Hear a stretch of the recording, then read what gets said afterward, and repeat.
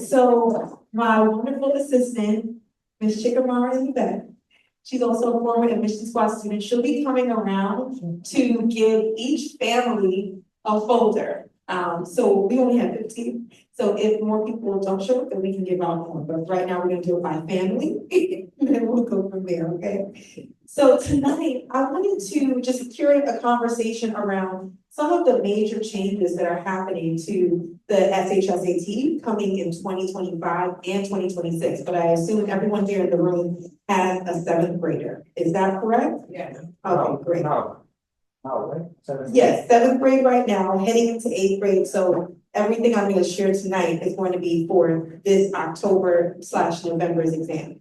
For the family in the back, what grade are you? It's 7. 7, perfect. So I'm in you as well. Okay, perfect. Just want to know the audience that we have, because the test will be different for next year as well. So that's not relevant to you guys. So I'm going to go through the standard presentation first, and then from there we will go into specifics that's going to be on this new virtual exam. Okay. So as you all know, AdmissionSquad is a 501c3 nonprofit organization on a mission to get talented students from underserved backgrounds into elite high school. So underserved just typically means, for whatever reason, a family doesn't always have access to the right information. I know personally, we were an immigrant family. My parents were from Guyana. So we serve a lot of immigrant populations. We serve a lot of folks who maybe the parents haven't lived in New York, so they're new to the city.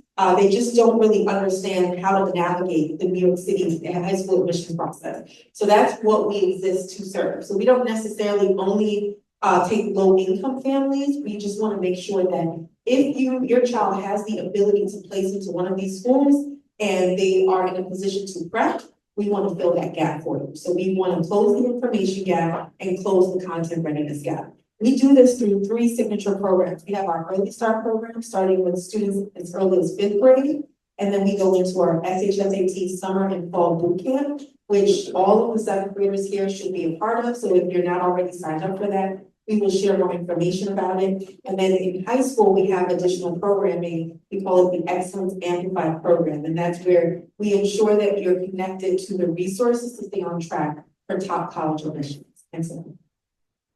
My name is Tai Abrams, if you don't know already, and I have personally went to Bronx Science. I've been through this process, so I know what it takes to get into one of these schools. And I also know the tremendous benefit that you can gain by going. Being at Bronx Science gave me access to elite level math classes. I graduated with multivariable calculus. That is basically like Calc 3. So I had already finished like 2 years of calculus in high school, which is a big deal. So for some of you who don't understand that, that means I was already taking college level courses for freshman year, and I had finished at least 10 college level courses going into college. That's a big deal. So the goal here is we want you to do prioritizing the top high schools because they tend to have more access and exposure to advanced placement courses as well as college level coursework. So we'll talk about that a little bit more. I'm happy to share more information about my personal experience. I went to Duke undergrad, majored in math, and I also am an author, so I have some of my books in the back. We'll be giving some of those away tonight. The goal here is to ensure that as a family, you have an action plan to get your child into the right schools, but also on track for high-level career success. Excellent. So in terms of program success, every year our goal is to get at least 80% of our students into a top high school. And we'll talk about what we identify as a top high school. And we get 25% of our students into a specialized high school. I always want that second number to be higher. But what it really comes down to is early preparation, the child's literacy skills, and as well as how many standardized exams they not only take, but they master. So we'll talk about some of the steps that, for whatever reason, sometimes parents and students don't take that prevents them from getting into the school. The big misconception, hopefully everyone in the room is clear on this, but you must apply and qualify to get into a top high school. About 10, 20 years ago, we did have something called zone schools. So if you lived in a certain area, you had to go to school where you live. That doesn't exist anymore. You can be in Brooklyn and go to school in the Bronx. You can be in Manhattan and go to school in Queens. The goal here is just that your child's academic profile and portfolio and any additional supplemental pieces that they require, it could be a resume, it could be an essay, it could be an interview, qualifies for what the school is looking for. So it's almost like a college admissions process. And I know that that can be intimidating, but I have to say, most of our students who go through this process, they go on to do very well in the college admissions process. By now, everyone should have a My Schools at NYC account, is that correct? Yeah. Yeah, so on that website, that's where you're gonna be seeing the New York City High School directory. Again, 5-10 years ago, we used to have this really thick book, like 500 pages.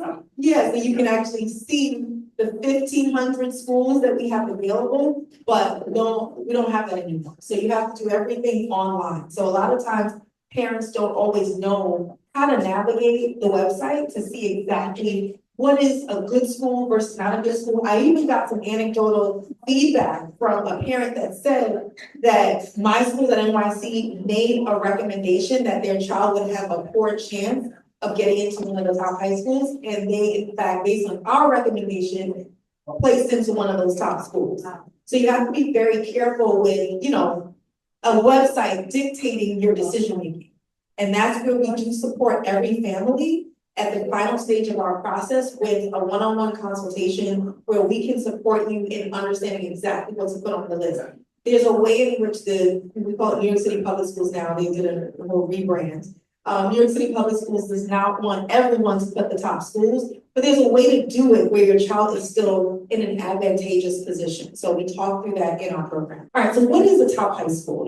That can be confusing because, to be honest, you may get feedback from your neighbor, your coworker, the child guidance counselor or principal. Sometimes people are giving recommendations simply because it feels right to them or they have some level of pride around where they went. That is not what I base this on. I don't even advocate Bronx Science because I went there. I advocate Bronx Science, Stuyvesant, Bard, Townsend Harris, because these schools rank nationally on the top high school list. So these are some of the metrics I personally look for. I'm looking for region scores, like above average region scores. People, like for me, we never studied for the regions at Bronx Science, and I got a 98, 95, 100 without even studying. Because the level of rigor in the schools were way above what you would have to take on a region. So you want that. You want a school that's challenging your child and holding them to a high level standard. Some other things to look for. Again, not 2 AP course offerings or 5. A lot of these top schools will offer like 30. So when you see that, that gives you kind of a clue. These are exceptional teachers, and this is a school that is going to do a great job of getting your child ready for college. Another piece you want to look for is exceptional SAT, ACT scores. So the average SAT score across the board is literally like you get 800 on each section out of 1,600. So most folks across the nation will get 1,000. If you want to get into a top college, you want to get anywhere from a 1,300 to 1,400 bare minimum. If you're trying to go to Harvard, Princeton, Yale, Duke, you want to start getting to the 1,450 to 1,500. So when you're in a rigorous high school, you have a better chance of getting that score on an SAT. I personally don't do college admissions at the high school level because a lot of times when I get a student as a 10th or 11th grader, it's just too late. So the biggest benefit I can give to a child is getting them into one of these high schools that's going to do a great job of giving them 4 years of above average coursework. And that's the best approach to getting on track for an exceptional SAT, ACT score, okay? Exceptional graduation rates, of course, in college admissions. I always told the story that when I was at Bronx Science, the admissions counselor at Duke came to Bronx Science and recruited directly on campus, asked my AP US history teacher, hey, who do you have that wants to go to Duke? It was simply a conversation. Of course, I had the academic profile, but this teacher was able to broker that relationship on me and my friend's behalf. And just like that, it was already decided we were going to do. So you want your child to have those exceptional opportunities. So why is it important to attend a rigorous high school? Obviously, it makes sense, right? You want the best for your child, but what does the best really mean? They're likely to graduate. They're more than likely to go to not just any college, but a top college.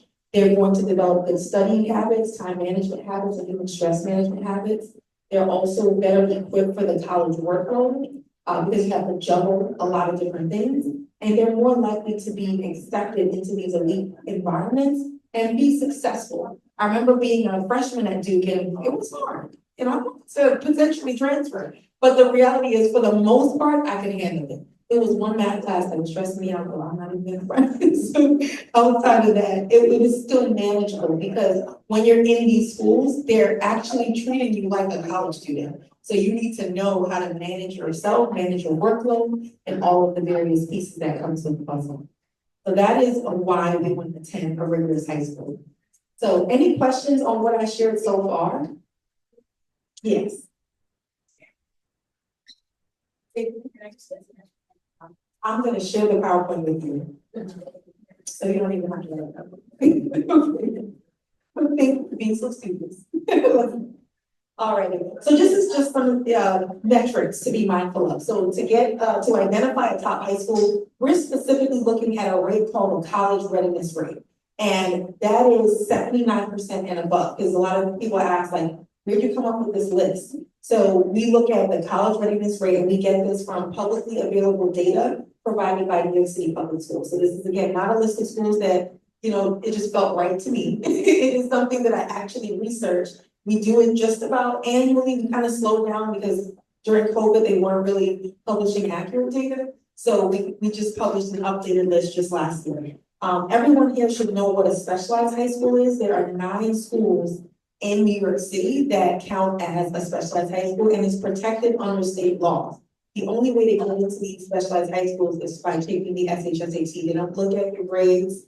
They don't look at state exam scores, attendance and punctuality. It's just taking the test. So with that, that's why we spend a lot of time making sure that your child is academically competitive for that exam. Any questions around college readiness and college enrollment? The idea is that you want to make sure that the high school you go to is getting your child ready for college. What is some areas? Excellent question. So there is a cutoff score for each of the schools. It varies just a few points every year. If you want to go to Stuyvesant, the minimum score is 560. If you want to go to Brooklyn Latin, it's usually around 496. Okay, and so the other schools are somewhere in the middle. Like Brooklyn Tech will be around 506. You'll have like Bronx Science around 518, 523, things like that. So the other schools are somewhere in the middle there. Okay, but we want all of our students to score a 600 because then you qualify for all the schools and you don't have to worry about not having the right score. Okay, now can you get into Stuyvesant with? I just told you that the lowest cutoff score was a 496. Who can tell me, can you get into a Stuyvesant High School with a 473? But your kids are really low, because I'm pretty sure you said that it was like a 596 to have to get up, isn't it? 560, yeah. But like 473 is way down. Okay, like curiosity.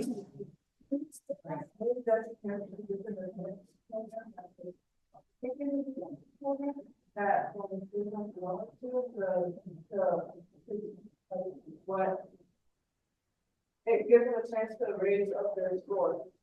Yes, so what she's talking about is the discovery program. Who has heard of the discovery program? No? Yeah, okay, wonderful. So if you don't score a 496 or higher, and you're within about a 450 to that 496 range, and you attend one of the target middle schools, I don't have that list, unfortunately, so it is a bit of luck of the draw. But if you're in that range and you score, you know, within 450 to 496, and you identify one of these schools and you place it in number 1, and you get selected for this discovery program, which is completely a lottery, you can get into Stuyvesant High School. So we actually had a student just this year get a 476, and he is going to Stuyvesant High School with that score because he got into the discovery program. So, anyone have questions on that? What is it, discovery program before you get into the? It's after, and you have no control over it. So I don't recommend you try to like fall into that range because it's completely luck of the draw. So you can't apply. You cannot apply. It is a complete lottery. So there's going to be a pool of students that's again between 450 to 496, and they're just going to pick the names out of the hat. Everyone, you don't apply, right? Everyone is a part of that. So 1,000 seats are reserved for those students. So there's 5,000 seats total. 4,000 will be assigned based on regular admissions, meaning your score on the test, and 1,000 is through the discovery program. So I just want you to know, if you ever met someone that's like, hey, I didn't have this for, that's probably how they got it, okay? So there are a couple pathways, the goal has been to diversify the schools, there are a couple additional pathways. You just don't have control over that, so I wouldn't recommend you focusing on trying to get into the discovery program. I would say, let's try to get your child that score over 600 so that you can be in the best position possible. All right, if you're talking about top high school admissions, we have a couple different pathways. So I know we're talking specifically about specialized high schools, but our program does ensure that you're getting into any of the top high schools. So that means you should be targeting some of the elite charter schools, the elite independent schools. We do have some students who take ISEE or SSAT. You also have Catholic schools. You will take the tax exam. And then, of course, the public schools include the specialized high schools and then the screened high schools. So you have a lot of options. And we'll talk through several of them on the public side. And if you ever have questions around private or Catholic, that'll be more of an offline one-on-one conversation. I'm happy to share some of the schools that our parents have been prioritizing in past years. All right, so this is an old list, but you guys have the new list. So please open up your folders and take a look at, you can grab that one. There is a top high school list on the right. So we just updated it as of last year. Some of the changes that we made, I don't know if you guys know the BARD early college high school. BARD allows you to graduate from high school with 2 years of college. You can get your associate's degree. You guys know how amazing of an opportunity that is? That means you can go into college. Yes, you can go into college with being a junior. So that gives you an exceptional advantage. You only have to pay for 2 years instead of 4. You want to make sure, of course, that the course credit won't transfer before you, kind of put your child down that path. But the idea is that's an exceptional opportunity. So BARD used to only have a Manhattan and Queens campus. Now it has 4 campuses. There's one in Brooklyn and one in the Bronx that was recently added. So we just want to make sure that you guys are aware that that opportunity is available to you. You also have a couple of charter schools. There was like a foundation, that was going to give us a grant. They were like, well, how come you guys aren't supporting the charter schools? So I did some research and I added the charter schools on here that I felt was doing an exceptional job of getting students into college. So you'll see them anywhere from number 47 to 60. We added a couple charter schools as well. You had Democracy Prep, Harlow Prep, KIT has a school, and Success Academy has a couple exceptional high schools. So we definitely want to include some of the schools that are doing a great job. So I say all this to say, this is the beginning of your search. We have some schools in New York City that have this list blown up on their walls. Like, literally, you go in the walls and you see the list because I told them this is where you start. So literally the guidance counselors use this as a tool to make sure that their children are staying on track for success. It's confusing when you're looking at 600 high schools. So it's much easier if I kind of let you know, this is where you want to start your search. Your child deserves a seat in one of these schools. We're going to provide all the coaching and prep to make sure that you can place into one of the schools, okay? Just take a second and, kind of peruse the list. Anything with a star is considered a specialized high school. And then you have several other schools. I just want to show you, we're not only targeting specialized high schools. We want your child to have at least 2 offers. One for a specialized high school seat and one for a screened high school seat. You are in that position next March. You then get to decide which direction you want to go. So we want to ensure that your child has that opportunity. So I'll just give about 30 to 60 seconds. You can peruse the list. And if you have any questions, feel free to ask. Thanks, I'm asking. Say it again. So look at the second, look at number 2. You see the star right next to high school, you're going to see that Lehman? Yeah. Yeah, so any star to the right of the school means it's a specialized high school. Any questions? All right, we're going to continue. So this is just a quick list of the specialized high schools, so we can move forward. So I already told you how to identify them on the list. You should be able to go. In general, I just want to kind of frame the conversation. There are 80,000 8th graders that are applying to high school every year. Did you guys know that? 80,000. So yes, we have our own personal goals, but understand that your child is competing with 80,000. Let's narrow it down a little bit, when we talk about the specialized high school process. 28,000 children will take the SHSAT, for 5,200 seats. Okay, so I'm always asking the question, why doesn't all 80,000 take the test? But I guess they're just not interested, so that helps. But you still have quite a few students you're competing with. It's not really graded based on a score. Like in other words, if I get a 500, I'm automatically in. It, to an extent, is based on the top 5,200 scores, right? So that kind of means that every year that cutoff score will adjust based on how the top 5,200 children are performing. Okay, so one year it might be 563, next year it might be 566, and next year it might be 561. So you will see adjustments on year over year. So this is an example from 2022 of what the cutoff scores look like. I know that you could ask me that question. So this is from 2022. So the numbers are pretty similar. So we, of course, will share that with you for 2025, what the cutoff scores were. But you can see Brooklyn Line has changed much. It was 496 just this past year. Brooklyn Tech is 506. So it doesn't change by that much, but it's usually based on how the students for that particular year are performing. Any questions on the cutoff scores? Good question. So it's scored out of 800. No one gets an 800. The highest we've seen is really usually in the 600s, as you can see. So this is the highest admitted score on the right-hand side. So you can see for this particular year, the highest score overall was a 680. That was reported, right? So the way it works, I can't really explain it like just kind of talking through it, but in 57 questions, the first, let's say 20 or so questions are worth, let's say 8 points. And then the next 10 to 15 questions are worth like 2 to 4 points. And then it kind of levels out a little bit, kind of gets lower. And then once you get into that upper range, like, 39, 40, 42 questions correct, those upper questions, it started to be worth a lot more, okay? So then your score kind of jumps up. So the only way to score a perfect, score on it is to get as close to 47 of the right questions correct as possible. So that's just very rare because they usually have trick questions in there. It's 114 questions, but 10 in each section are omitted. Okay? So we only graded on 94 of them.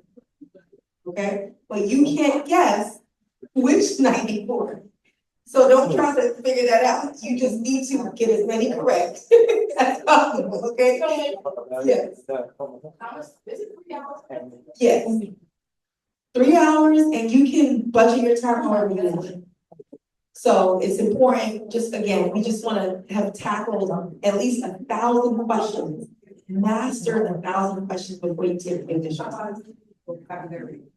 No vocabulary testing questions.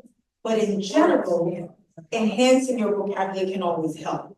But they don't test vocabulary specifically, but it is embedded into the passages. Okay. So if you don't understand the words, you can't understand the passage. So that's kind of, it's hard to like identify which words. Because I remember when I took it, they had vocabulary. Yes. Yeah, they don't have that anymore. Yeah, it's more supporting detail, main idea, and inference-based questions. So I'll be sharing with a couple of the questions to look out for today. Next.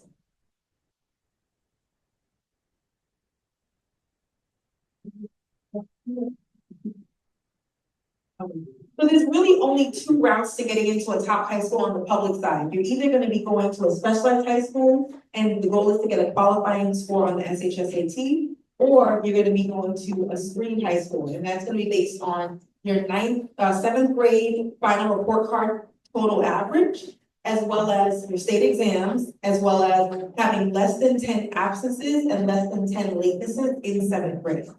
Anyone have any questions on this?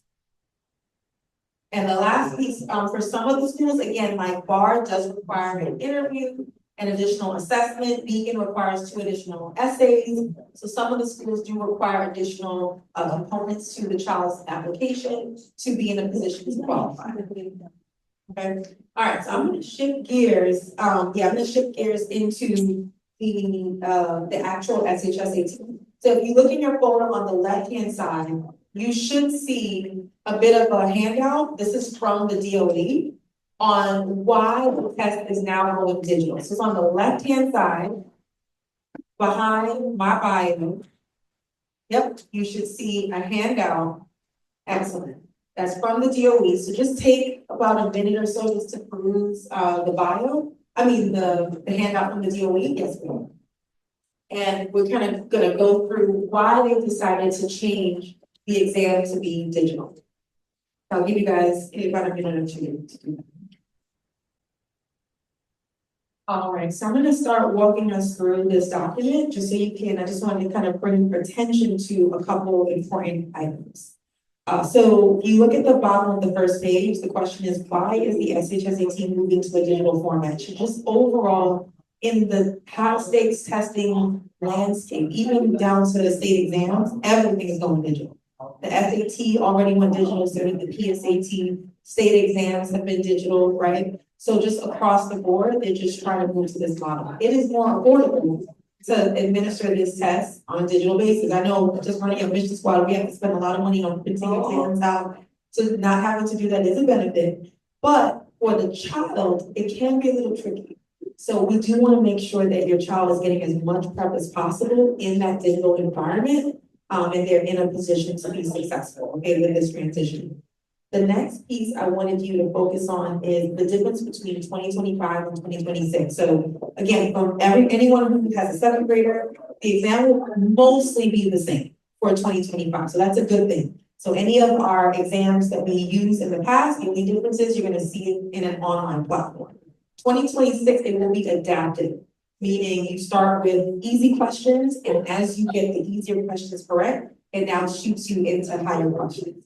So we don't like that model because let's say you get questions correct later on that were harder, but you already messed up in the beginning, your score is kind of locked into a lower score, which kind of sucks. So be happy that you get to do it this year because you don't have to deal with the adaptive testing model, which will be happening for 2026. So that's another reason why, hey, we don't want to not do all of this test, because a lot of times we'll get folks who want to retake it as an eighth grader. And now you're going to have to, work with this new model of an exam, okay? And have to deal with the more rigorous ninth grade SHSAT. Okay, so that's something to keep in mind. The other piece we're going to go over is the content and item type. So I have a handout for you guys in the folder, so we're going to get into that. But before that, I wanted to go over a few other things. If you speak a different language other than English, this year, it being virtual is allowing the test accommodations to be in place for alternative language styles. So that's perfect. They don't, they don't print it out in a different exam language. They already have it embedded into the system. So that's perfect. A lot of this is coming because we have artificial intelligence as well, which is a beautiful thing. I'm in full support. The next thing I want you to pay attention to is there is going to be paper-based testing, but only for students who have an IEP or 504. Where it's in the actual document that they need it. So you would need to, if your child, has some sort of an accommodation, or the doctor has identified that this could be a benefit to them, and you get it on paper that it's required that they have a paper-based testing format, there is still an opportunity to take the test on paper. So I want you to always know as a parent, you have rights. And so if you know that this is something that your child may benefit from, maybe they have anxiety, maybe, they're not able to be successful in this format, but it still needs to be proven through an IEP or 504. Does anyone have any questions around that? Yes. IEP is an individualized education plan, and it's for neurodivergent students. Perhaps they think differently, they can be autistic, they can be ADHD, they can, lots of different things, but sometimes it could just be anxiety. Like, let's say when you're taking the test, you get, like, your heart rate starts racing really fast, and you start sweating, and you almost want to faint. That could be a medical diagnosis as well. And so you go to your doctor and your doctor can say, hey, in these extreme high stakes testing environments, this is uncomfortable for me and I'm actually having adverse effects. So I need an IEP or 504. I personally recommend the 504 over the IEP because IEPs tend to have you to be in restricted classroom environments, which means you would sometimes not be getting high quality rigorous education. Whereas a 504 is simply an accommodation. You understand the difference? Yeah. So yeah, so just keep that in mind. You still have a chance if you still want a big conversion, but you will have to justify why your child needs a big conversion. Okay. And the test is going to be scored the same. Just about everything is the same. They're just trying to probably modify one thing at a time, year over year. It's going to be scaled the same. You'll get the same score probably in March, which is annoying. I wish they would just kind of like publish it right away, but that's kind of like how it would work. So in March, you'll get all the results. You'll take the exam right in school. Again, when you get your SHSAT exam ticket, they will let you know what your assigned site is. Okay? Any questions on this document? Again, the biggest adjustment for our children is going to be going from paper-based to a virtual base. When you're doing all the reading on paper, you typically annotate on paper, underlining, your boxing, all those annotation strategies that's being taught in school is usually on paper. So now we need to get your child into a frame of mind of reading on a screen and taking notes separately. There is a note catcher in the online platform, but it's, it's a little tricky. It's not the same as kind of like reading and it's kind of highlighting it as you go. Has everyone here seen the online SHSAT portal? Not yet. Okay, so I'll see if I can pull it up here tonight so you can see it. So it shows you what the platform is going to look like for the actual exam testing. So the New York City Public Schools has provided us with 2 free exams so you can see what it looks like. Okay, now for right now, I want us to transition to the exam question types document. Do you guys see that? It's in the folder on the right-hand side, which is behind the top high school, where the top high school is. So we should start with ELA question types. Everyone see that?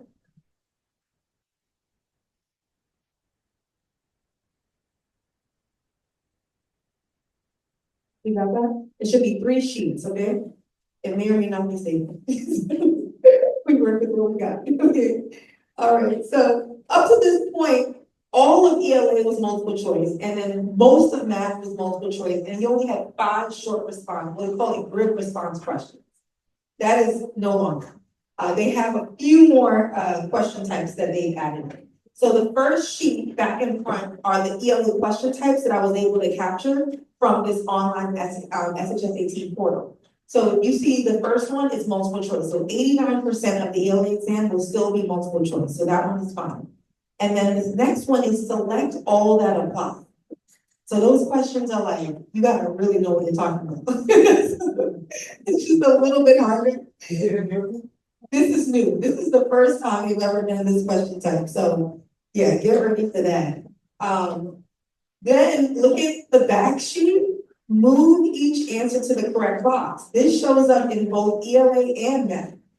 So again, this is really expecting you to have, it's a different type. I guess it's sort of multiple choice, sort of kind of, just a little bit. But yeah, you're looking, it says which quotations from the poem support the theme that nature's unspoiled beauty is splendid, and which quotations support the theme that human creations detract from natural wonder. So you have 5 to choose from, and you're putting it into 2 categories. Like that's a lot. Usually multiple choice is just 4, you can eliminate 2, and then you have a 50% chance of success. This is getting a little bit more complex. So again, there weren't many, but I counted 5 of these question types in the ELA section. So that's something to be mindful of. Then the last question type for ELA was, again, move the correct answer to the correct box. So it's something similar, but this is the grammar style. So you have this sentence that says, which transitional word or phrase should be added to the beginning of the sentence to emphasize the relationship between sentence 4 and 5. So again, it's kind of sort of multiple choice. There are only 4 items to choose from, and then we have the drag and drop. right into the box, okay? Any questions on these 4 question types? Or it's 3, but I just showed you for that 3rd question type, and we need to answer, I showed you a reading prompt version as well as a grammar version. Any questions on how these questions are being displayed? No? Now we go over to math. So again, most of the math questions are still multiple choice, but they added several more. So you have your short response questions where they just say enter your answer in the space. So maybe that answer will be like 5 or 6 or 14 or something like that. Then we have move each answer to the correct box, right? So literally they're asking you to create an equivalent expression and you have to put one number in the first box and another number in the second box. So that is, again, a little bit more complex. It's expecting you to know the actual answer. Whereas, you can still guess to an extent, but it's requiring you to kind of actually know how to get to the right answer. Then you have select all that apply again. So this is which of these are equivalent to the sum of these 3 expressions. And then you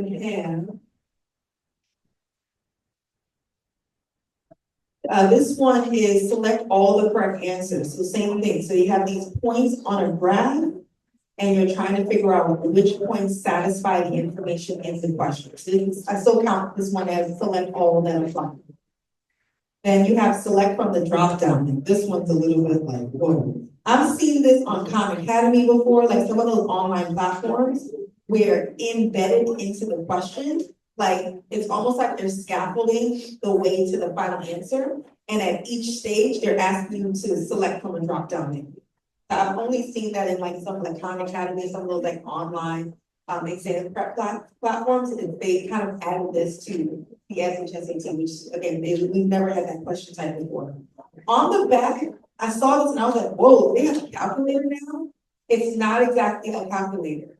It is simply a tool to help you to answer fractions and any other type of question, but this is what it looks like. So I just don't want a child to be intimidated by how the question is showing up. So for this question, I just went ahead and solved it. You move 9x to the left by subtracting on both sides. So you have negative 3x equals 13. And then you have to divide both sides by negative 3. So the final answer is 13 over negative 3. So you're going to hit the number 1 and 3. And then you're going to click the actual fraction symbol, go to the bottom, and then put the negative and the 3. You have the trash button to kind of completely erase it, and you have the back arrow to kind of erase what you just did. So you just want to get comfortable with this stuff because you don't want to be figuring it out on the actual exam testing, right? Because it's a little complicated, but it's doable once you practice it. And then the last one is just, if you guys remember graphing inequalities, instead of you having to physically graph it, they're asking you to take one of those 4 images and drop it onto the actual number line. So that's not that bad. Again, I think what we're trying to just get at is we want to practice this tool so that a child can move very quickly and they're not intimidated. Okay. So any questions on those exam question types? Again, I'm going to try to go to the website now so you can see it. And I just want your child to start playing around with the platform so that they can get comfortable with what the exam looks like. Any questions on the exam types? So for literacy is something that's built over time. And if I'm honest, it starts when the child is in the womb. You're supposed to be reading to your child while they're in the belly, when they're a baby. You think they're not listening, but they're listening. You're supposed to be reading as a parent so that they can see you reading, because then it reminds them that they gotta read too. And then you gotta talk to them about what they're reading, and you gotta talk to them about what you're reading. So we do have some best practices that we want to share with parents, and I do share quite a bit, but sometimes it's still not happening at home. So I would love to know, what type of reading culture do you all have in the household? Yes, schools are assigning homework. I don't count that. I count what is the child and parents / guardians actively reading on a regular basis. Is there discussion time? Is there critical analysis? Even if you watch a movie, Are we having a critical discussion about what happened? Are we making inferences about and predictions about what might come next? What happened before? Comparing and contrasting characters, right? This is the hidden information, the hidden, tasks, conversations, critical thinking that some families are doing on a much higher level than others that I cannot obviously control. So we would like to get some answers from the parents in the room. And how can we support you in improving in this area? It doesn't have to be boring text. Like there was a movie called My Caribbean or Jamaican Family, a movie called Black Cake, that I saw on Hulu. There's a book that goes with it. So I told like this parent about it, and their children, are in very diverse schools, predominantly white schools, to be honest. And so they didn't really know their culture. So she had her son read it. The book was like 400 pages, but she read it too. Then they discussed it, but it was culturally responsive because they could relate to it. But that was a way to get reading to increase, like reading fluency and critical thinking to increase in the home. So I'm just curious if I can hear from some families, what does that look like at home? And what can we do to improve our reading culture at home? Would anyone like to share? So reading at home is an extra task. Yes. So it does get a little challenging, honestly. By the time we're done with homework and extracurricular, it's late. So usually what happens in our classes is meetings at time, which is late already, right? It's after 9. And it's whether we have the capacity to do that after learning on for the whole day, extracurricular, homework, and then bedtime. That's when we used to do it when they were much younger, around that time. I'm finding it honestly a little bit more challenging now that they have much more going on. So it's a good thing. I was trying to do like reading something like trying to do a day around it. But it's not happening. It's easy to kind of get lost. Honestly. Thank you so much for your honesty. So I guess, what are pockets of time in the day? That would be my question. So when I was going to Bronx Science, I had to commute back and forth. I was on the train for an hour and a half.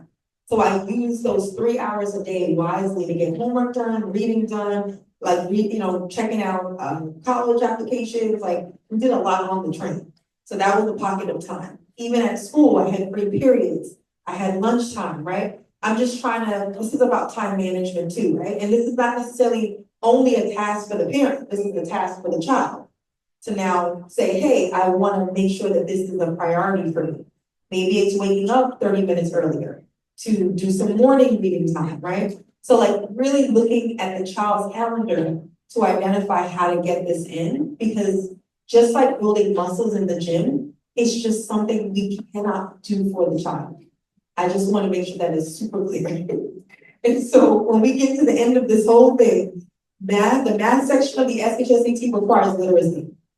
The reading section requires literacy. If you can't read, comprehend, and critically analyze what's being asked, and do it quickly, swiftly, be able to recall concepts and leverage 3 to 4 concepts at once, this can be challenging. And I think that's where, we're kind of stuck at that 25% success rate, and we should be way higher than that. And literacy is one of those things where I'm just asking as a family that we can prioritize it more, find ways to make it work for you. Maybe there is something as a parent, you have a project that you're working on, make your child read up on it and prepare a report. It can help you out. But either way, the reading needs to be happening. So yeah, it's just very important. Yes. I don't know if the mic can stretch that. Yeah, thank you so much. So I like how you talk about the time for reading questions. So the exam itself, when you think about an exam, it has a time span to it. So a lot of our kids don't pass because we don't get to the end of the test. I might give away myself, but there is a way where our kids can get extra time on the exam. But a lot of our families, I don't wanna be racist, but a lot of people, Black families don't like to take the opportunity because we think that our kids are dumb and stupid and don't know much. So if your kids need extra time, just extra time, let them get that extra time, because guess what? A lot of those kids at Stuyvesant, they are there because they had extra time on the test. So think about it, if the test is 3 hours, if the test is 3 hours, your kid, I'm talking about you, you finish 3 hours, max, done, but you're not done. This young lady here, she has extra time. So she's still in the testing room with her hour and a half testing while you're done on your own. And you're not done. So she's gonna take the rest of the time and finish the test. So it's an advantage to her and you. And this is what most of Asian communities, white communities, they take advantage of those extra time and not the Black community. So they push them in a higher bracket. Are they really smarter than us sometimes? Not really. It just means they pass the exam. And they're in the school that seem the elite high schools. So take advantage of that extra time. And if somebody comes and tell you extra time, oh, you're special ed, just ignore them. I have extra time. I'm not special ed, I have extra time. All right, that's a thing. But one of the things that I used to do, sorry, No, I love it. No, it's important. one of the things that I used to do with my little girl when she was growing up, but I'm not care past her age now. Just buy them books, any book that they like. She likes the graphic novels, just buy them whatever they like. And let them read whatever they like. But you know what? Along with that, get with 3 questions, constant the same 3 questions. When they tell them, just answer those 3 questions. And then read back to you, you're listening. To be honest, sometimes I listen into the listening. She doesn't have to know that. Let them write, that improves their writing skill and their comprehension skill. Let you sit and let them talk to you about what they did, and that might help. Thank you so much. That was excellent. Really appreciate that. So what she's talking about with the extra time goes back to what I was sharing before about the 504.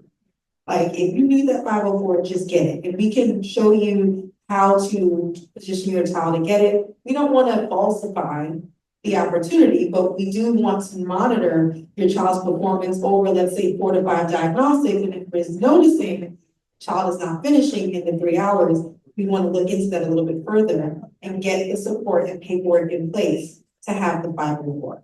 That will give you 6 hours to do this test. Yes. So that makes a big difference, and people leverage that opportunity all the time. So it's nothing to be ashamed about. I would do the 504 over the IUP, but the 504, it certainly does give you the extra time for sure. And yes, I do think reading should start with what the child's interested in, because you gotta kind of get some buy-in. But it does at some point need to go to rigor.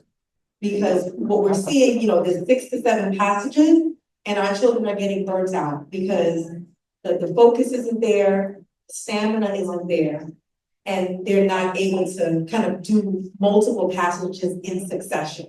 They're like, oh my God, this is a lot this time, like, I can't do it. So that's what's taking us, like literally knocking our children out the gate. So we've got to kind of get them to start reading. So we were recommending again, like newspaper. It's kind of dry, a little boring, but at least you have multiple passages. They're short, and you can get them to give you some information back to, hey, what did you just read? What did you take from it? Go for it.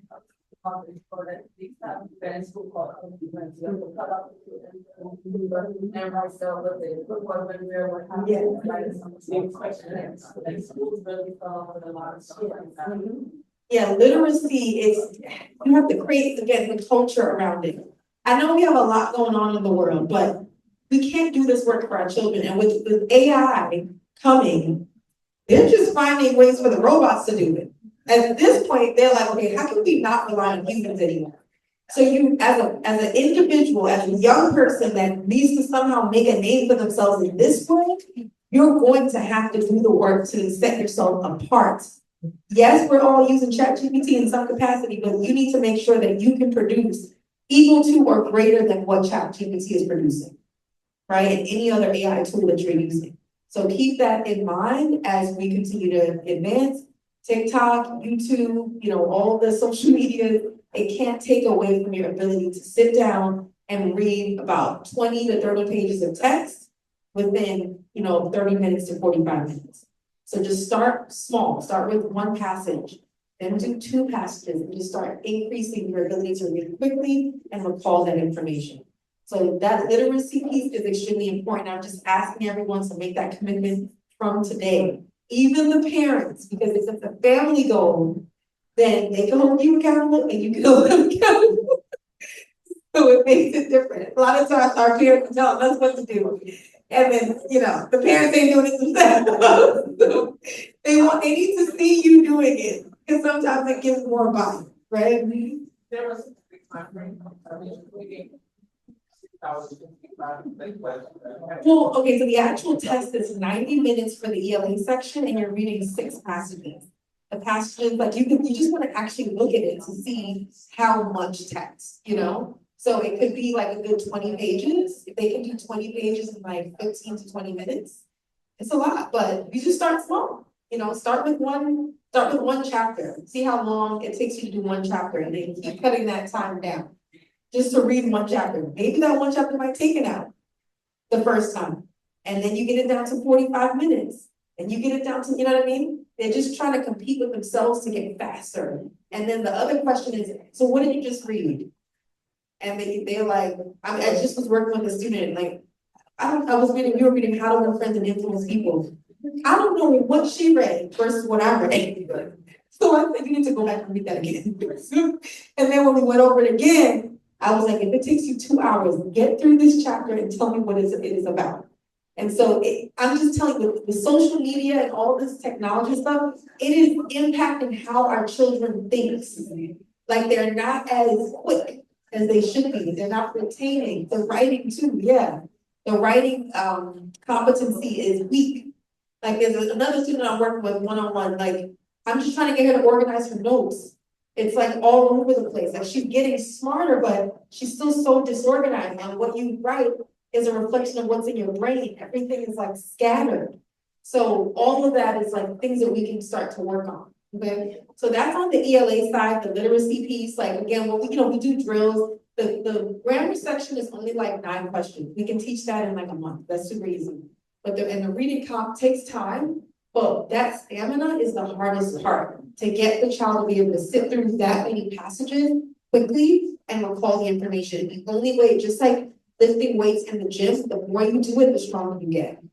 For math, there's 5 sections. It's arithmetic, algebra, probability, statistics, and geometry. And that's just a matter of, practice.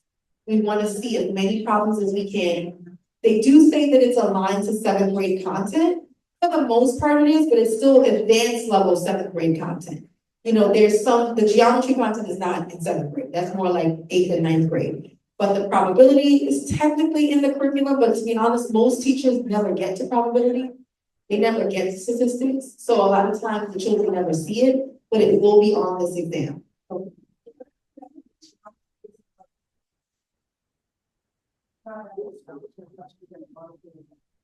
Yeah, it's not a whole bunch, but maybe like 5 or 6. You still want to know the content though. That's a lot of questions to get wrong. But the bigger chunks is going to be ratio of proportions, arithmetic, number sense, a lot of word problems in general. Probability comes up more often, but there are a few geometry questions on there. Okay? Yes. Yeah, I've heard Well, we do it for the reading portion, we'll all read the same book in the house, and we'll have a discussion. Okay, you don't read the book only one thing, but you know, we get to, so we have to get to everything. So they'll read it, and when they have to do it, we'll have a discussion during when you're reading, you know, so they could work on their comprehension of the stories. And then for like the testing in the summertime, what we do is okay, so we have to like the last 6th grade and 7th grade. What we do is on like Amazon and get like a workbook that covers ELA and math. And have them start working on it because by the time they get to, you know, the beginning of 7th grade, they have an idea of what to expect. And because when at the end of the year, when they send them home with all those textbooks, they don't even use half of the textbook. So sometimes we have to go through it. Okay, so summer school is out, summer camp is out. So guess what? You're gonna do a couple pages of math and a couple pages of perfect, right? But before you get on that, you told me that gave me a roadblock, or, you know, do a couple of these, and then I took it one. Because some of them have an answer key. So what we'll do, we'll tear it out. Or you can go online and answer key with a Amazon textbook. I can't remember the textbook, I would share it, I can't remember the source later. But they tear it out from people. Yeah, look at like, okay, show me how you got it, right? You know, because it's one person who knows the answers that are doing what you understand and what you did. Yes. So that's we do with our hobbies. Thank you so much for sharing that. So I heard 2 tips. One, this amazing mom is keeping her children a grade level ahead. That's the key, right? If you can gain exposure to 8th grade content in 7th grade, right? Or even that summer right before 8th grade, you're now in a superior position. So when we do the summer boot camp, we're working on 8th and 9th grade content in the summer. So our students become top of the class very quickly. And then the other piece you said was looking at practice material on Amazon and then reading books as a family. If we can just like be quiet, quiet so we can hear her. You can get the workbook next year. And that helps. Yeah, and then reading books as a family, right? Even if we did one a month. You pick up one book, you pick a book. Yeah. If you don't like the book, I didn't pick the book, you know? You know, and then you have to read it. Yes. And most of the time I'm probably like, I don't know, this before was like, oh my God, it's like 300 pages. But sometimes, you know, not every chapter is 20 pages, right? Stuff like that. Thank you for sharing. My school, they have that books, like before they did it. So I have like a whole copy of that book setback at home, so I don't have like a workbook. I would use that as a study guide. Which is free. Yeah. Yes, and on our website, we have the practice exams dating back to 2009. We have like 25 free exams. So you don't even have to spend money to do this. You just have to spend time and commitment. That's it. You can also try to like education that you put in the grade level of your child, and then you can get some sample, you know, and you tell them you want something like math, maybe they try to struggle with, I don't know, probabilities, algebra, what's the thing, line plots. You know, other thing, and you should get some samples of the Education.com. And then some of them is like a subscription, you don't have to do it for a whole year. Right. Again, you go, and then on the years, the DOE, they have the old tests from like maybe 2 years or 3 years ago, right? But you know, it gives you a edge for your child, right? You think again like a sampling of what they can expect on this state test. Yeah, I love that. Thank you for sharing that. Where can you find that? You go to New York NYC DOE, and then look up like ELA testing or state test, and you can, you know, depending on the grade level of your child. They'll be like, following data from like, here's the source. Yeah, because math is math, you know, you It can doesn't any change. problem, they don't want to take that from Another resource, have you guys heard of Newsela? Newsela, Newsela. It gives you actual news articles that are curated for your child's grade. So let's say, you know, your child is now in sixth grade. You can have that same article designed for a sixth grader and reprogrammed and restructured for a 12th grader. So it changes the level, newsela.com. It gives you the answer key and it gives you a quiz. Newsela. So it'll generate a quiz that your child can do based on the actual article. So, and then as a parent, you know, check the answer key. It's just the watch the. Yeah, exactly. The watch the. Yes. Be like, but you know what? What's going on in the world? Yes.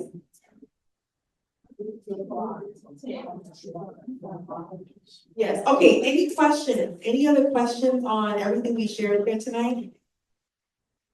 So we, of course, have a program, you know, some of you are already in the program. There are other folks who, you know, we would love for you to join us. We have our summer boot camp coming up at St. Joseph's University. We're gonna be there from July 7th to August 7th from 8 a.m. to 2:30 p.m. We'll be having food and snacks and all the good things, amazing instructors.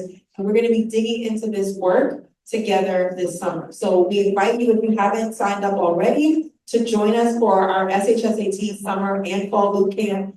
Due to our generous sponsors, we have a subsidized price of $850.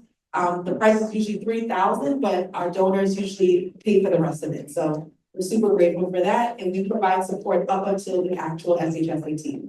So we look forward to working with your child. If you have any questions on what we're going to be covering in that program, please let us know. We also have, again, some books I'll be sharing with some of the students here in the room. And that's all I have for tonight. So if you guys have any questions, I'm happy to take them. Just, where's the location?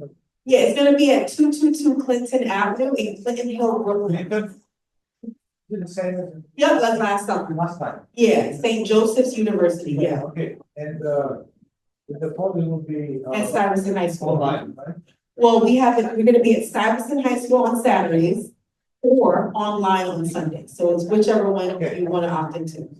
Yeah, It starts with 7th of July. July 7th to August 7th. Okay, 7th, and then it continues in September. Yep, so we, in August 7th, we come back the first weekend right after Labor Day, and we go straight up until the test. We don't get the exam date, but our promise is to make sure that the child gets support up until the exam. Yeah, Stuyvesant on Saturdays, we can put online, we come to the school. You can choose either one. So I mean, this, because I thought they said that you have to go to the school on Saturday. Yeah, so she's in Sky Prep, so she would have to do the Saturday program in person. Because she started online, and said that for the first half. Yeah, so spring is online, summer we have the in-person, which I think she already to, and then the fall we're in-person and Stuyvesant. It's a wonderful opportunity to go to Stuyvesant. You know, like, just to be there, like, the young man that I said got in, he was at that Saturday program. And I believe in like prayer and manifestation, all this. I think him being there, it almost like attracted it. Yeah. And next thing you know, he got this, I was like, what did you do? But it was so exciting. Now he's a part of this amazing elite network. So I think if you can swing it, try your best to be there on Saturdays at 5. You get to be in the building. You get to, you know, the child gets to visualize what it's like to go there. And I do think it made a difference, you know, in terms of giving our children a leg up and kind of helping them to believe that this is possible. That's a big part of this process, the belief gap. If your child's having some confidence issues around, can I really do this? Do I deserve to be there? Can I be successful here? This is how we end up closing that gap for them so that they can see themselves in the school and they can be successful. So please try to put this out. One more question. Yeah. As many as you want. Yeah. You know, we have mock tests, right? Yeah. We Yeah, we have 3 in the summer, 4 in the fall. yeah, during the program. And will you try to incorporate this new question in the mock test or? Yes, Okay. yes. Yeah, we're gonna be adjusting it. Different type. Yes, and I'm gonna be using AI to help. Yes, we're gonna be like structuring more of the exams to mirror what the children are experiencing on the actual exam day, to the best of our abilities. But we'll, of course, start off by modifying what they gave us, and then we'll start to extrapolate from there. Which, say it again, which slide this? The slide you just. Yes, I will post, I will share with everyone who attended tonight. Yeah. Yeah, it's a workshop. Yes. Because we have all your emails since you signed up on Immigrant, yeah. Yeah, my business card is in there. Oh. Yes, so my number, my email, all the things, my assistant Charles, he's also at info@AdmissionSquad.org. So again, we're here to support you guys and we're really excited. Yes, thank you so much for being here tonight. Again, I'll be here to answer any additional questions you have.